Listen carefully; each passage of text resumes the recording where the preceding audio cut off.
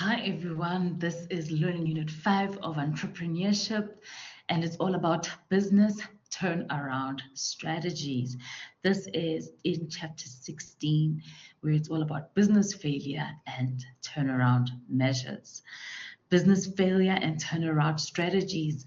The learning outcomes we're going to cover include evaluating the levels, indicators, and causes associated with business failure. So when business fails, why and what is the reason? And then critically discussing the various components and processes within the turnaround strategies. So when we are saying we are turning around, what components or what activities do we find ourselves then engaging in? And then recommend alternative options to business turnaround strategies. So when you are going to do your business turnaround, what options of activities do you have? So following the discussion on the VLC, it is clear that distress can loom. So the VLC is the life cycle. So with any product, with any business, etc., there is a life cycle. And the previous learning unit, we talked about that.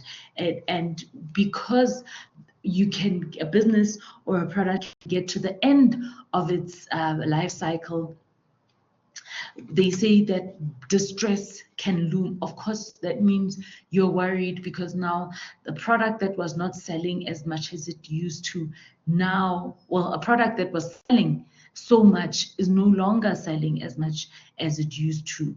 And therefore that stress it becomes a burden on the entrepreneur.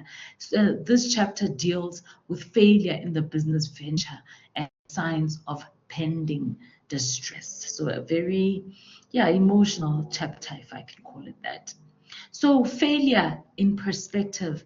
To evaluate whether entrepreneurial ventures fail or succeed requires the goals of the venture to be assessed. So when you got into business, what was the reason? What is it that you wanted to attain? Remember in one of the learning units, we talked about your vision, your mission, etc. Based on that mission and your objectives, what did you accomplish and what didn't you? The typical goals for the entrepreneurial venture differ depending on the type of business. Venture goals can be categorized into personal, financial, and strategic goals. And I love that because as an entrepreneur, you get into business with your own heart's desires. However, there are also financial goals that you need to attain in terms of getting rich, etc., as well as then strategic goals. And the strategic ones are, for me, the most pertinent ones. What are the personal goals of the entrepreneur? A combination of several motives often prompts the entrepreneur to start the business venture. Number one, they say then financial goals of the venture. Financial goals require an understanding of why people invest their funds in a business venture. You took out money and of course you want it back, but you want it back with very lots of interest. And then the entrepreneur may want to own funds, his own funds to grow, of course. And investors also, they may also see growth in the ventures assets. So what do you mean actually when they say they may also? It is actually standard that they want growth in their ventures assets. So they want to see return on income or investment. They want to see increased sales and revenue, and they also want to see increased market share and continued growth in profits. And here you can see there's no time for emotion. Here we're just trying to reach our goals, and that is why for me, yes, personal goals, there are several motives that can get you into business. However, the people that you make promises to, they also want their results, and that's for me what's more pertinent. And then strategic goals. Strategic goals of the venture revert to the utilization of the opportunity and the achievement of a fit between the venture and its and its environment to ensure long-term profitability. And they say that the opportunity is based on the original idea of the venture and the long-term profitability by meeting the needs of the customer. So you want to see a business that becomes that sophisticated, that it moves from just being an idea and however to something as important as something that meets the needs of a customer. And what are the levels of failure in ventures? Failure has different levels when evaluated in the business environment. Number one, the venture that is not performing well. And because if you think about it in levels, this is where it starts. You have a venture that is performing well. You've started your business, etc., and all the goals are being achieved, including personal, financial, and strategic ones. Then you have another level where we have the underperforming venture.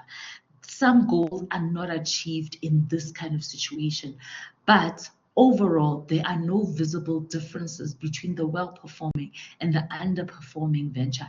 And this is so dangerous because you are comparing yourself to the venture that is doing well, and you're basically lying to yourself. It's like when you're in a relationship with a guy or a girl, and then there are certain things that are going well, but very well there are also red flags.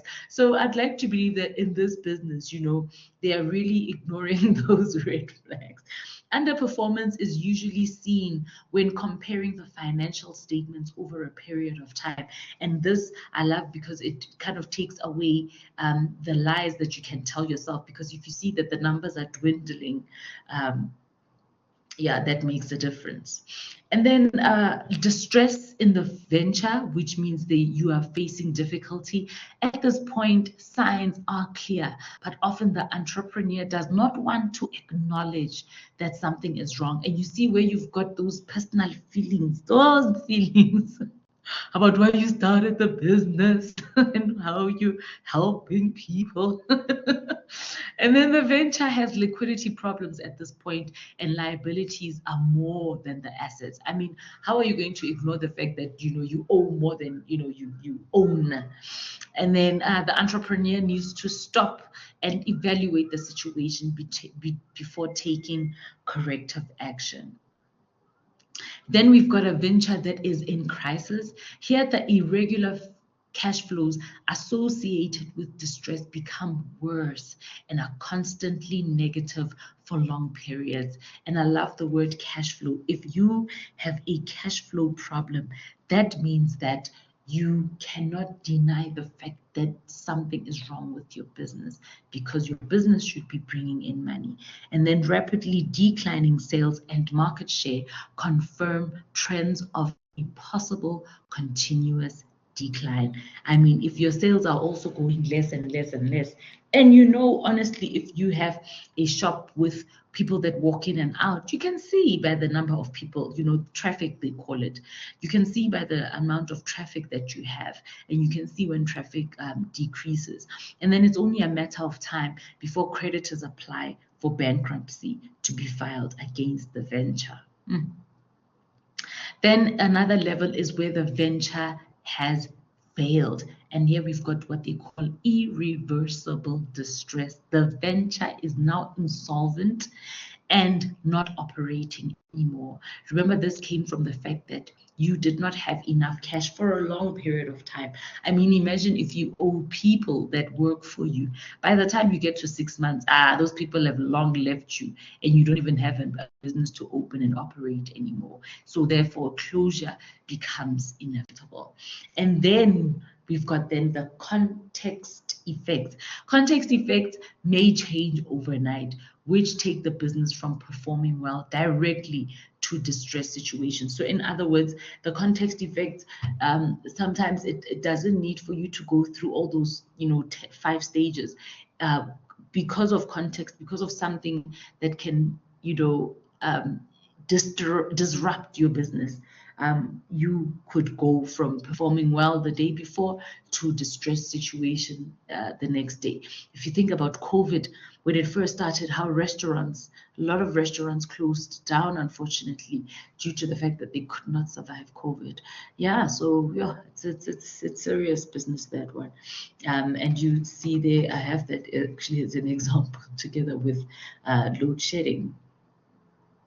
Key issues of business success or failure. 5 key factors lead to successful business ventures. They are interrelated and impact on each other in different ways.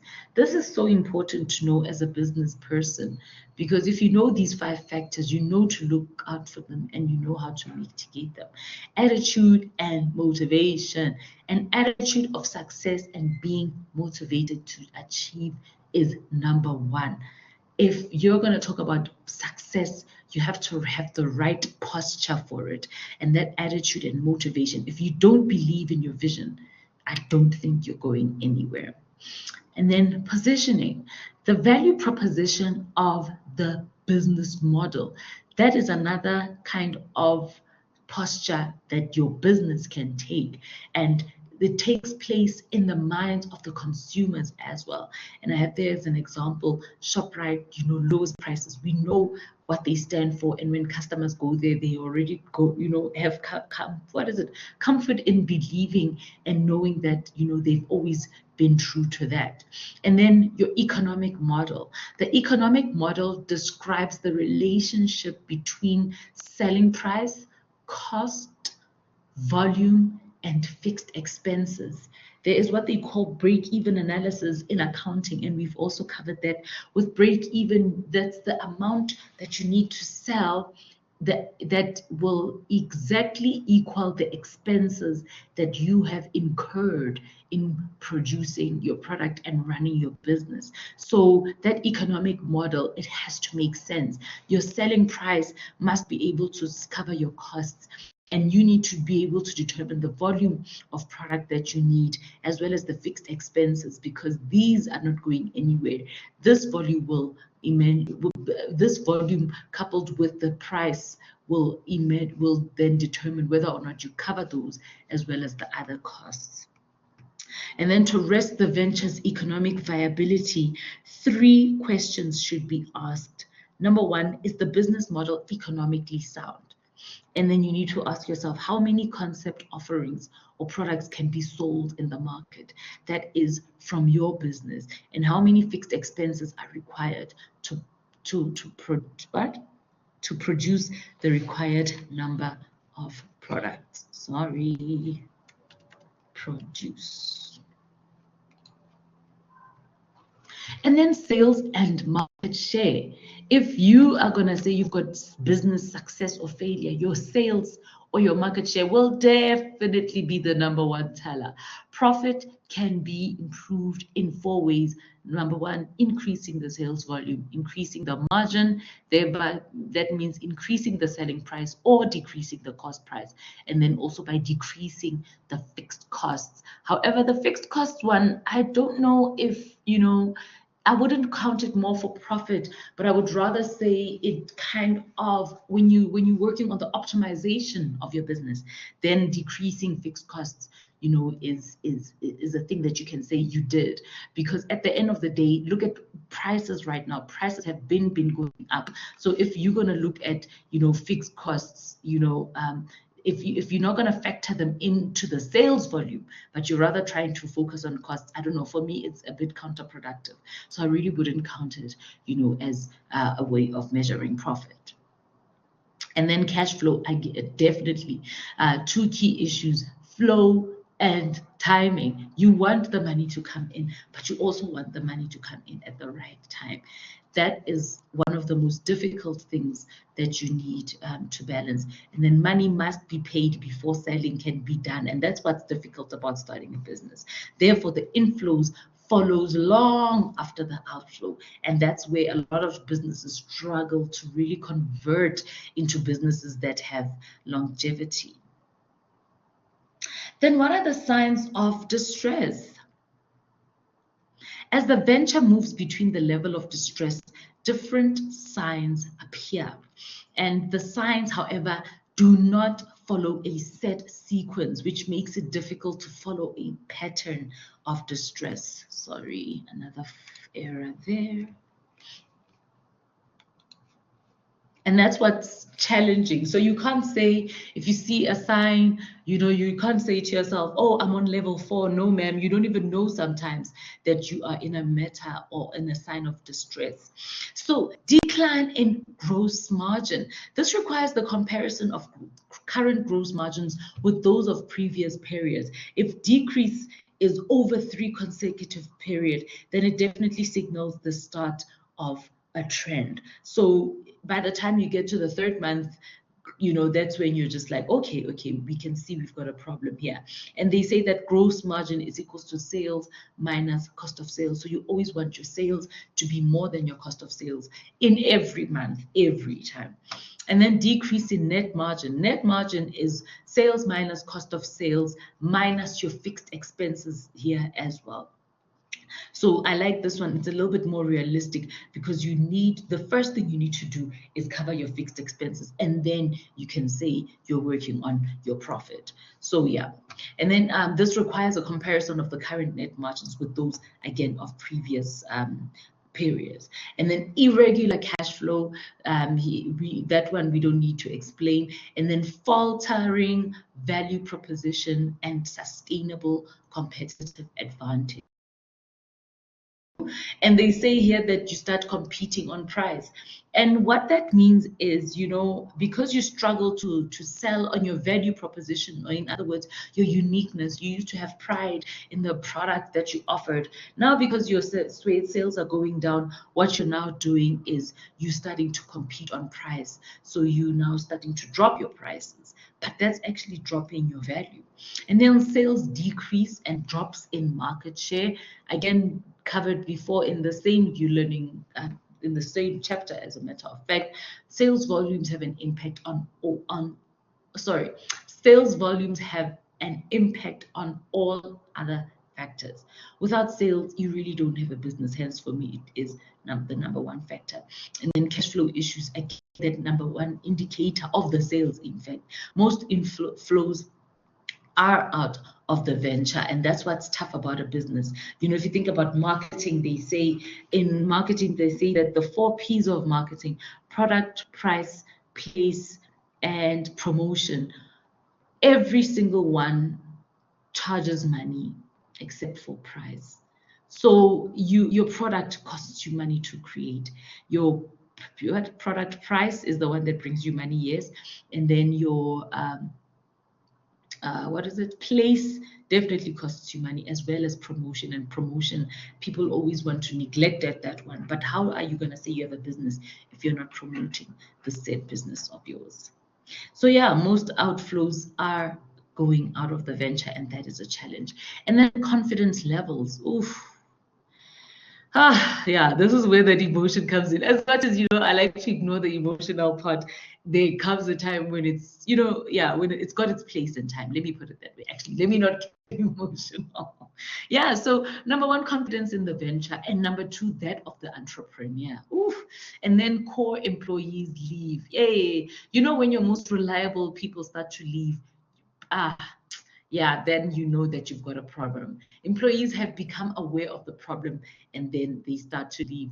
Non-measurable signs include when a creditor cannot meet your payment period. Ooh.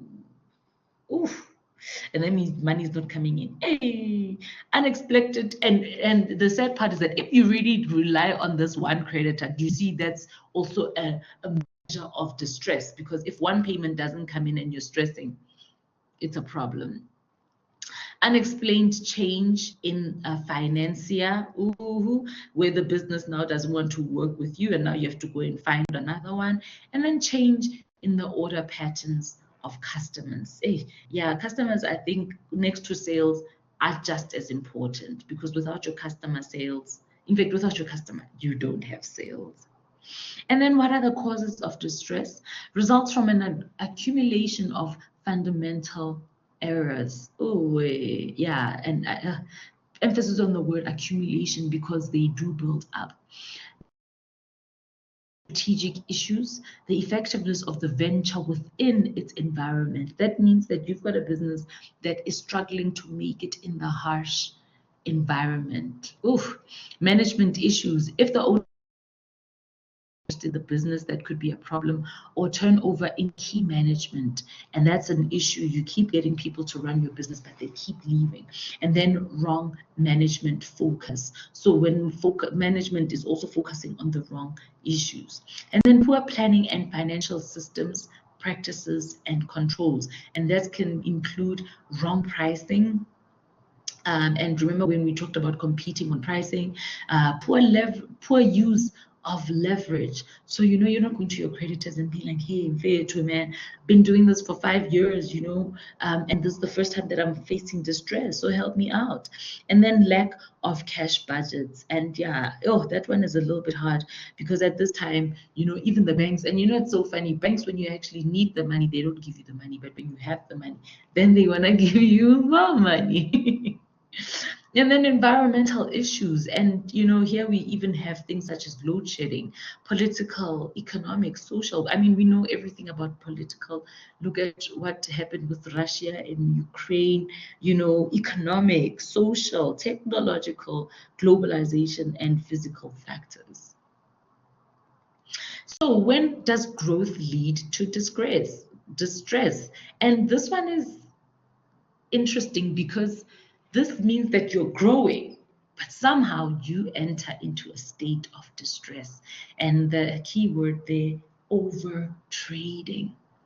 So when growth happens faster than anticipating, trading takes place. Higher sales have a severe cost and fixed expense effect. So you're growing faster than you anticipated. So now instead of needing one, maybe manufacturing plant, you start needing 2. But where's that money for that second one gonna come? So growing at a pace that is faster than you anticipated can actually be a headache. And then we've got size of the venture and signs of causes of distress.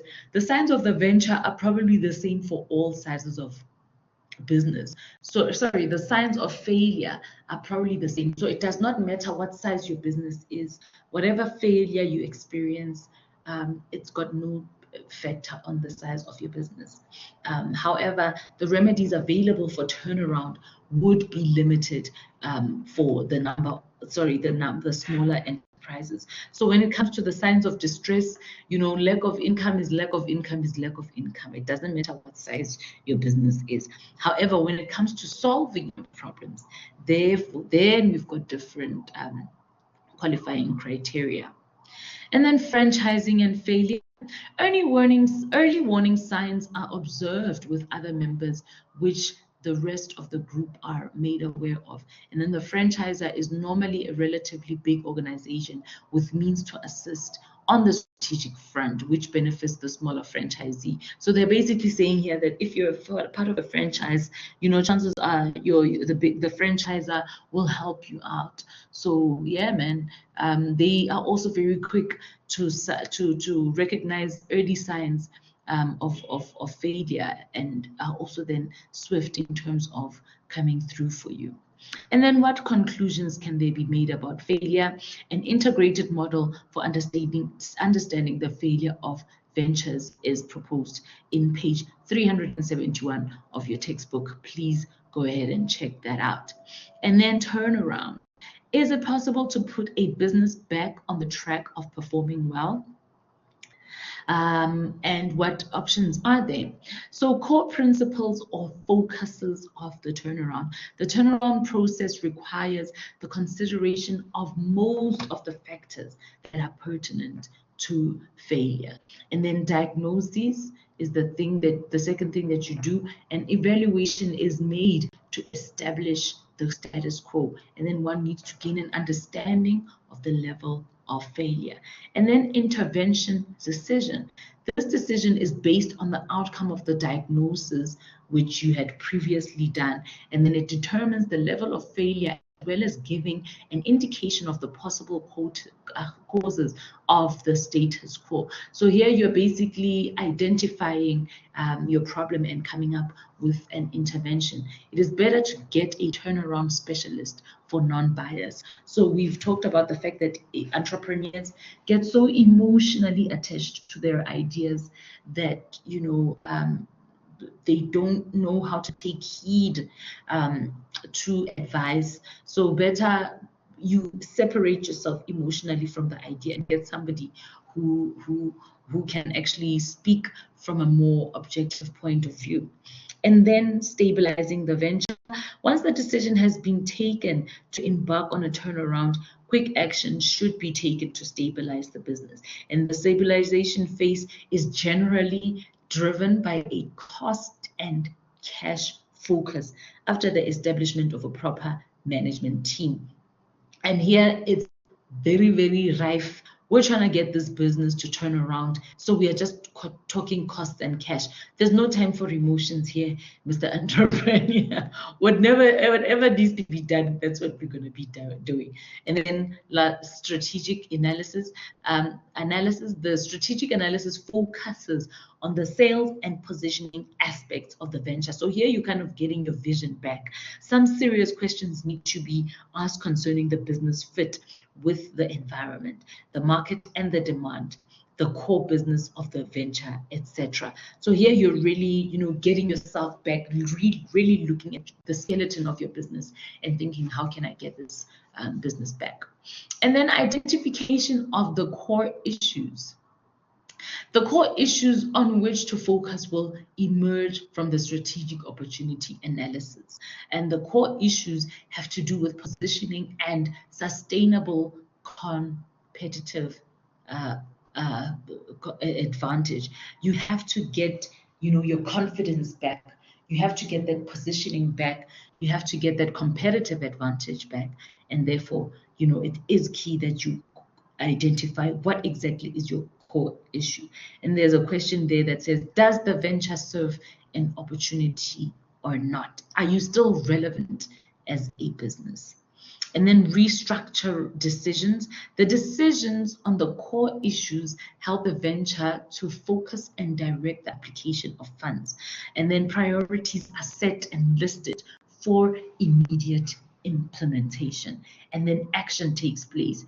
Action should be taken through action plans so as to keep a record of the intervention. So you're not just saying, I'm turning around, but you're actually record keeping, diary keeping, so that should things not happen, you should be able to say, on Thursday, on a day such as this, I did not meet with a client, or I lost a client due to A, B, and C. So yeah, then last, the principles of a turnaround process. There are 5 restructuring principles. Number 1, there's the management focus. Here, the attitude and motivation of the entrepreneur are critical to the decision whether to attempt a turnaround strategy or not. Then we've got the cost and cash. Here, every possible attempt must be made to reduce costs at all levels, and depending on what issues you've got, obviously a cost and cash focus will always somehow feature, because you are in trouble because you didn't have cash. And then there's another one where you focus on the core business, and here you determine the core business and the focus of it, and differentiation should not be pursued at all here, because you're not trying to be different and come up with unique ideas. No, sir, you are trying to survive. And once cost is controlled, the core business will determine what strategy can then be employed. So the money part comes first. The vision and mission, wait, sir. Let's first see if this makes sense financially. And then strategy. Once the core business has been established, there should be then a clear strategy. And here we come with that vision. The strategy determines the application of funds, the manpower, and time and energy of everyone within the venture. And then the time factor. Both time and money are crucial for a successful turnaround process. The faster the process can be completed, the better for the venture and all holders. And then what other options do you have other than a turnaround strategy? Number one, you can harvest. That means selling your business, forming an allegiance with another venture, merging with another venture, or going public through shares on the stock exchange. But I don't know, harvesting, going public. How do you go public on a business that's actually not working well? And then divestment alternatives, closing the business and selling off the assets, entering into a defensive merger which leaves no bargaining power, or splitting the business into functional units and selling to interested parties. That's what Edcon did a few years ago. And then business rescue.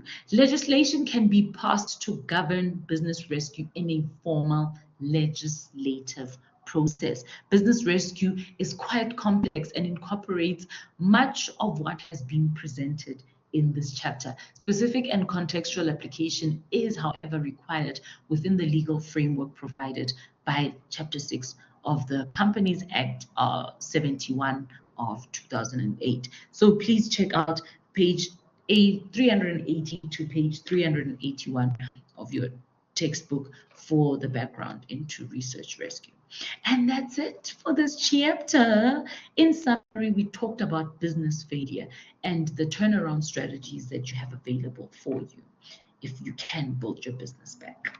And that's it. Thank you. Bye-bye.